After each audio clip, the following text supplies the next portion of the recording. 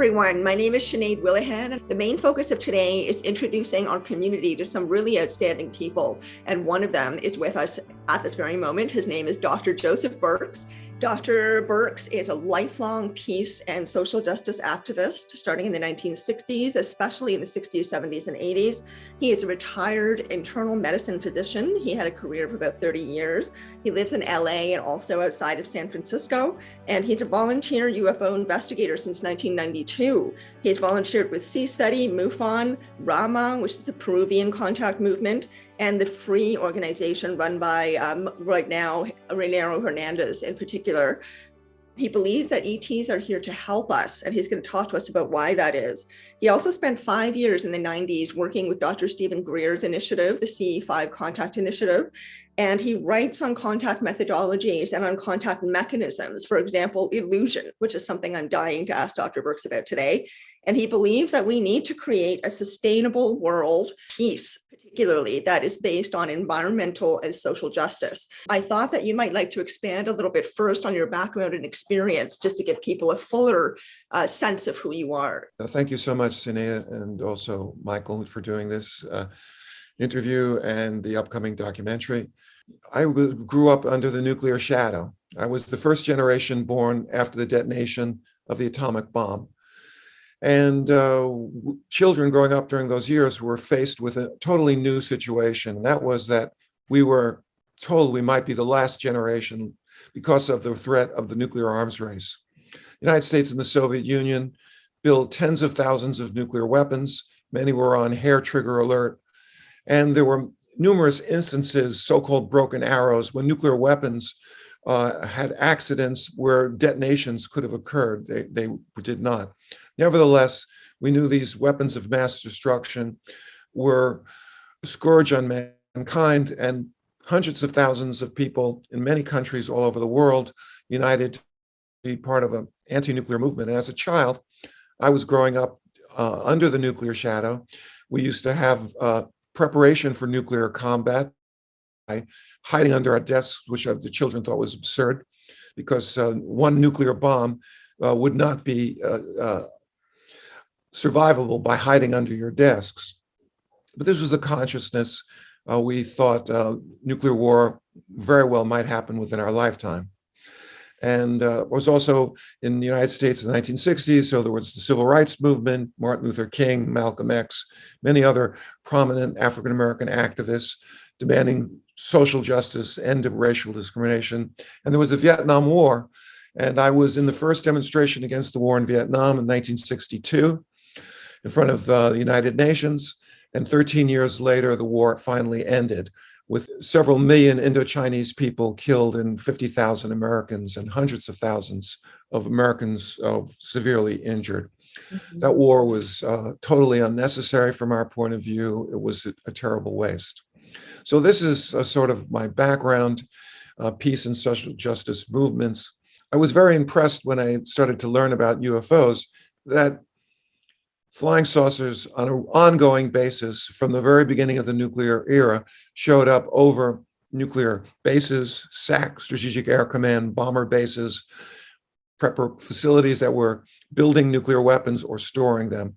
And in more instances than I suspect we know about, the intelligences behind this phenomena directed their technology to interfere with the function of those nuclear weapons systems.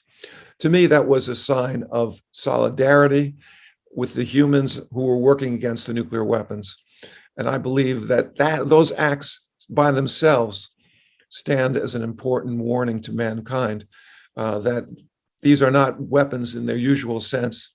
Nuclear weapons and other weapons of mass destruction are instruments of genocide. And I believe every responsible world citizen must stand up against genocide and preparation for the possible ending of our civilization. So with those thoughts in mind, when I discovered that there were ways of interacting with the phenomena, and I shared certain traits with Dr. Stephen Greer, we both were emergency room physicians in the 1990s. We both had Jewish wives who were, believe it, 5 years older or 6 years older than us. And we had small children at home. I volunteered for his CE5 initiative. And I was a working group coordinator. And for 5 years, I had multiple intense experiences of going to remote locations, using contact protocols, and interacting with the phenomena with sightings, some telepathic communications, and other manifestations of the intelligence behind the phenomena was choosing to work with our teams. It was a cooperative relationship. In the course of that, I had missing time we're actually coming back from field work, and we can talk a little bit about that as well. So I became a contact experiencer. Looking back over my life, there have been instances where I could have died, and by chance or perhaps by the intervention of non-human intelligence, I survived, and we can talk about some of those instances as well.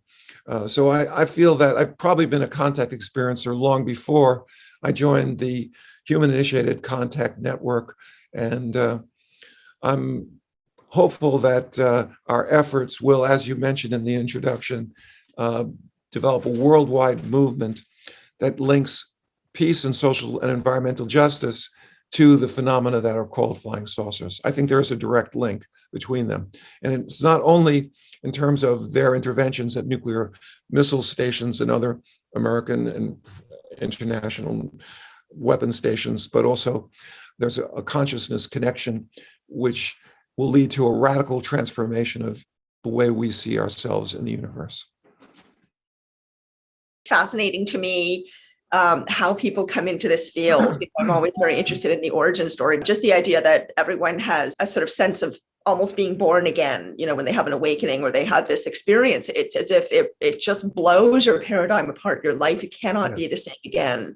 And very few people, I think, are unaffected by that. There are some people who are simply not able to compute what's going on, and they sort of shove it away and maybe never talk about it again. But most of us, I think, are just so profoundly impacted that it actually becomes a personal evolution. And so I want to jump off on that particular phrase, evolution. That is a very important word for the Beyond Being Human movement, the Beyond Being Human project that Michael Ney has created, because it is focusing primarily on the fact that ET contact and this phenomena and all the different ways that it's manifesting, because we know it's not only manifesting as so-called aliens and UFOs, but it's manifesting in so many different ways. You've alluded to how some of those manifestations are illusions. So of course, our perception has something to do with it. This seems to be contributing to a huge global shift of consciousness for humanity. It's a huge opportunity. That's how many people are seeing it, right? That this is a chance for us to change and evolve, and it could be a natural part of human evolution. Who knows? That is one of the theories that's out there. So Beyond Being Human talks about how ETs are contributing to our ascension, our development, our evolution, whatever word you want to use for it, so that we can become better, right? We can become better, not even necessarily human beings. We can become better beings in general on the earth, in the universe. So speaking of evolution and speaking of, all the progress and change and shifting and turning that is going on in the world right now, there's a huge amount of transition and change going on. What is your take on that? What do you think that the ETs are here for? It certainly sounds like you think they're here to do good, but I'd like to hear you expand on that a little bit more. I can tell you what they told me. And the first time I had a telepathic override was a year into our investigations. I was meditating on Joshua Tree National Monument with my team, 6 other contact workers, all volunteers, no pay, but the fringe benefits were amazing. In any case, I got clearly at the level of knowledge a message, and that was 1 craft, northwest, 2 a.m. So I was working a lot of overnights at the time, young Dr. Burkes in the emergency room. So I needed my rest. I was sleep deprived. I told my fellow contact workers, showtime is 2 o'clock, 1 craft in the northwest. Wake me up at 10 to 2. And so the light work and thought projection continued. My coworkers woke me up. And sure enough, right on the money, 2 o'clock in the morning, Joshua Tree National Monument, a red glowing UFO appeared in the northwest and proceeded to fly past our position. As it went by, I got a telepathic, in addition to the information that I acquired at the level of knowledge. It wasn't a voice in my head, it was a kind of knowingness, but I got the message in 3 parts. You are a young race, you have a lot to learn, and the final message, when the sun came up that morning was, and we're going to teach you. It seems to me that so-called ETs, and I think this question about what their origin is a very complex phenomena, whether they're extraterrestrial, interdimensional, time travelers, or a combination of these factors has yet to be determined to at least to my satisfaction. But whoever they are, they've been here for a long time. This is an ancient phenomena, and it has to do with the evolution, not only of human society, but also of human consciousness. So I believe on the basis of the medical healings that they do, their interventions at nuclear bases, and also their countless interactions with contact experiencers. I prefer that term over contactee or abductee. We can talk about how silly some of those designations are. Some people have talked about negative and positive abductions, which is laughable because if it's abduction, it's not positive, it's a criminal act. But that term has established itself so firmly in the consciousness of the UFO flying saucer subculture that people actually talk about positive abductions, which is a contradiction in terms. In any case, I'm of the opinion, based on the Free Experiencer Survey, which was a very important study where over 4,000 self-declared contact experiencers were evaluated thoroughly with a questionnaire that had several hundred questions and required about 6 hours to fill out. That important study indicated that the overwhelming majority of contact experiencers are having either positive or neutral type experiences. And those people who are having negative contacts, so-called abductees, are about 10, maybe 15%, depending on how you ask the question. Small, but still significant. So in any case, I believe on the basis of the UFO literature, my own personal contacts, that they're playing a helping role. So on February 1st, 1993, an amber light appeared between the two volcanoes at a distance of about 7 miles. As it approached, it looked more reddish than amber, and it crossed a ridge line at about a mile, and we could see it was quite large. It was a triangular shaped craft with a white light at each of the apices of the triangle and this red light on the base. And as it crossed the ridge line, it made a small church on the ridge line about a mile away look like a matchbox toy. It was several hundred feet across. And as it came in towards us, it simulated the landing light pattern of a conventional craft where, as it came closer towards us, it slowed down, and in the forward part of the craft, very powerful white lights, like searchlights, were as if it was a terrestrial craft that was heading for a runway. But it was totally silent. It was 100 to 200 feet across at least, and was triangular. This was not the Mexican Air Force on maneuvers, I can tell you that. So as we signaled at it, it signaled back. One flash from us, one flash from the triangle-shaped craft. That was a very powerful experience because when I was there, my mind flashed back to the years of activism within the anti-nuclear movement. And then we had a very important leader, Helen Caldicott, was a pediatrician who worked at Harvard, and she was the head of the Physicians for Social Responsibility, the organization that was the national affiliate of the International Physicians for the Prevention of Nuclear War, which won the Nobel Prize for our peace efforts in 1985. So Helen Caldicott, Dr. Caldicott, would ask the question, what if we're the only intelligent life in the universe? What does that say about a race of beings who are willing to build tens of thousands of nuclear weapons and threaten the existence of perhaps the only nidus of intelligent life?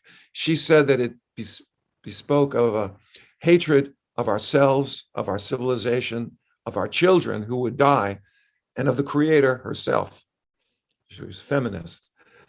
And so I couldn't help but thinking what Dr. Helen Caldicott told us, because when I saw that UFO approach us, I realized in no uncertain terms we are not alone, and that even if in our folly we take the nuclear end, we destroy our civilization either with nuclear weapons or with the environmental destruction that global warming from the burning of fossil fuels is perhaps of an end we're going to have to face, that at least we're not alone in the universe. And in somewhat of a naive fashion, I imagine little ET kids growing up in some star system who might learn about the late great planet Earth and what happens to a race of beings that refuse to evolve.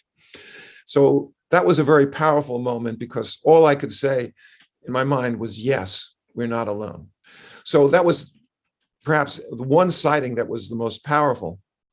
However, I had a series of sightings and other interactive experiences which took the form of almost like show and tell, where the intelligence behind the phenomena showed me how they use illusion as a mechanism of contact, which will require some explanation.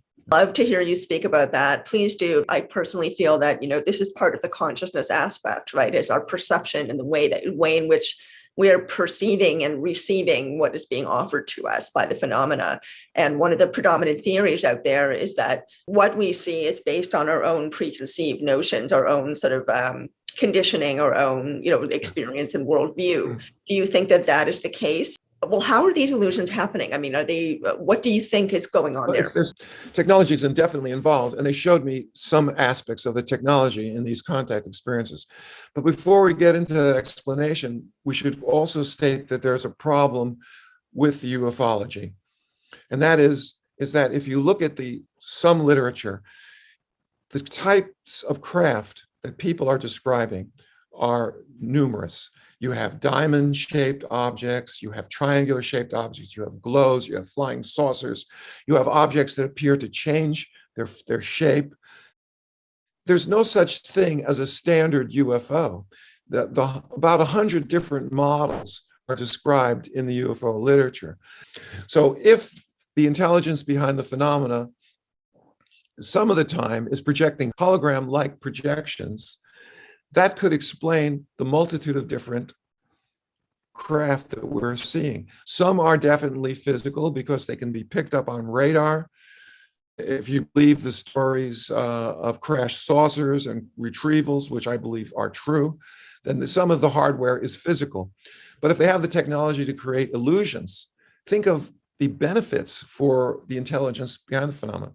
After all, a hologram can't be shot down by US jets. Crews don't have to be sacrificed in the efforts to make contact. And the same applies to the literature describing the beings. If you look at the literature of so-called abductions or contact events, CE5s and I should say CE3s, close encounters of the third kind, where a being is seen, or close encounters of the fourth kind, where someone who's removed, taken aboard a craft, that there are hundreds of different phenotypes. Phenotype is the term used by biologists and physicians to a category based on appearance, phenotype. So you have the short grays and the tall grays, you've got the mantoids, you've got the energy beings, and you've got the so-called reptilians, and every different color and appearance you can imagine. It's like an alien zoo. Well, there are probably some physical beings, especially if the events that were described in the UFO crash in Roswell were accurate, that beings were some killed and some recovered. But think of the advantage in terms of an intelligence trying to contact humanity and being able to do that, not with putting all your people in direct physical contact with those who are experiencing contact, but being able to implant memories of contact. So I'm of the opinion that this intelligence has the technological wherewithal to actually create false memories and implant them in, which are recalled as if they were physical events. So the virtual experience model, which codifies these designations, was something that came to me not on the basis of science fiction, although there is a whole science fiction lore that supports these notions. I'm talking about for example, the pilot of Star Trek, which was called the Menagerie, in which an advanced group of aliens, this was produced in 1966, Roddenberry's creation, a group of beings, I think they were on Altair 6 or some planet like that, had these big heads, almost looked like grays. and they could telepathically create illusions. So these ideas have been around for a while, but what really made me convinced that the extraterrestrials have such abilities are the healing cases. The bioengineering capability of the so-called aliens is so amazing, the cures that they've been able to do, that I believe they could, if they chose to, implant memories that would be as real as you and I recall as what we had for breakfast. The memory of what you had for breakfast can be as real as what they can implant into our consciousness. And we would have great difficulty of telling them apart. So let's talk about the contact experiences. What happened was, in 1993, a contactee surfaced in my emergency room. A young man, I'm going to call him Misha. He had come to the United States. He was Jewish. At the end of the Soviet Union, they were letting Jews out because of persecution. Many of them went to Israel. About half went to the United States. He claimed when he got into our emergency room that he recognized me, which was kind of strange. And this is just the story. I'm going to call him Misha. That's not his real name. He's a high-level contactee who had had contacts starting from childhood. He recalled even an event where he may have been taken aboard craft and had an appendectomy. So wherever he went, Misha would have sightings. And he shared a capability that other high-level contactees have. For example, Dorothy Izat was a famous Canadian living in Vancouver who had hundreds and hundreds, actually thousands of feet of footage of UFOs that would show up wherever she went. Stephen Greer, during the early years, was also like a human UFO magnet. And Misha shared a similar capability. He showed up in the emergency room and he told me that when he was living in Belarus, actually not far from an area where my grandparents grew up, they emigrated to the United States before the First World War. And Misha said that he had a lucid dream in which he saw himself emigrating to the United States and working in an emergency room with a tall, bearded, I was then blonde, not so gray, emergency room doctor, and they would do contact work together. So after he emigrated to the United States, he got a job in the ER, and he said he recognized me as the man from his dream. As soon as Misha joined the team in 1993, our level of contact went up. And it was on his first outing with us that I had my first telepathic override that I described, where I had advanced knowledge as to when, where, and the number of craft were going to show up in the course of our fieldwork. So I had, in a sense, my own Stephen Greer, my own UFO magnet on my team. And whenever he was with us, almost 9 times out of 10, something quite interesting was going to happen. People talk about so many different types of high strangeness, right? ET contact, high angelic beings, light beings, and so on. These are often seen or portrayed by people who have experienced them as being different. So, for example, ET contacts are seen as being different than angelic contact or light being contact or channeling, that these are all different things. But people who focus on consciousness and interconnection, the interconnections of everything in the universe, see it differently. They see it all as all being essentially the same thing. So what is the intersection, in your opinion, between ET contact and ETs and that sort of world or reality with angels and light beings and all these other things? Well, this is the work of the new organization that's been formed, the CCRI, Consciousness and Contact Research Institute. And basically, the idea behind that institute and the book we're going to be publishing, A Greater Reality, explores all the contact modalities as manifestations and manipulations of consciousness. And we don't really know what consciousness is, but we all experience it. We can describe it, but we cannot define it. It's at the most basic personal level, it's a wakefulness. To know that you're awake, to be awake, and to know you're awake. In its most exalted form, it's the source of all creation, the all that there is. So if you are of the understanding that consciousness is primary, then all the contact modalities are going to be linked by that aspect of our reality. And it's not surprising then that people have UFO experiences. And this is what we're going to be showing in the book, A Greater Reality.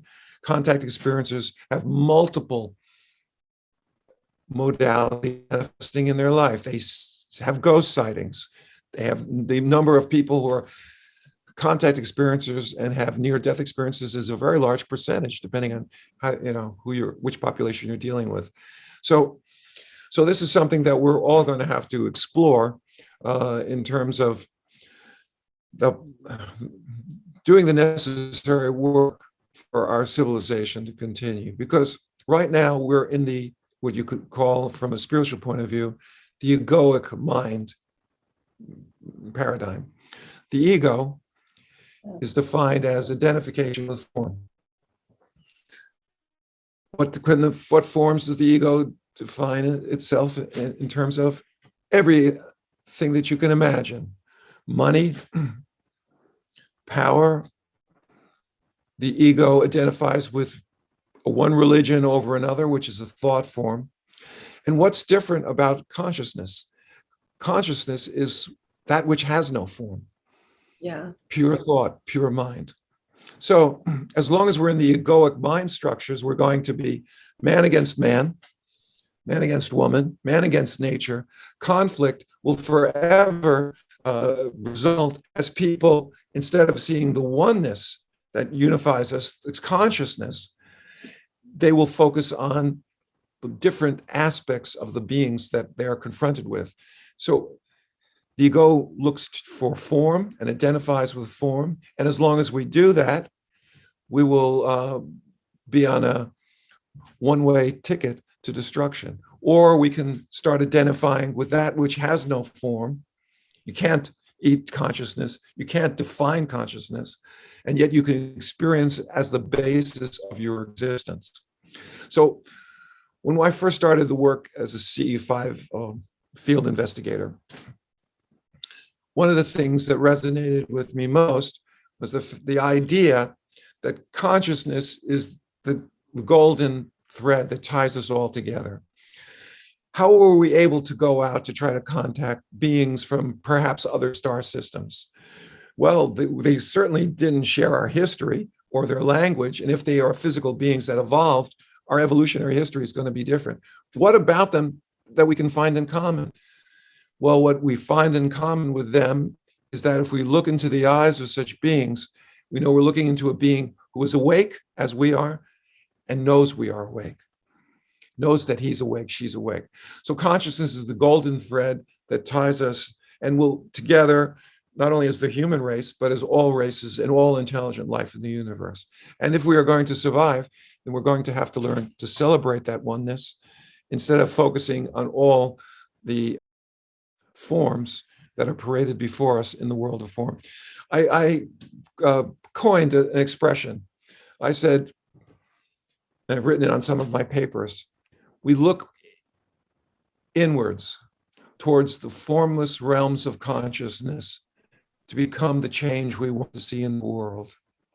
We look outwards to find kindred activist souls to help us make those changes in the world of form. So this is the activist slogan that I promote. Personal transformation is of absolute necessity in order for us to make the connections and to be successful in making the larger changes. If you want to change the world, become the change you want to see first, and then bring those changes with the help of others out into the world.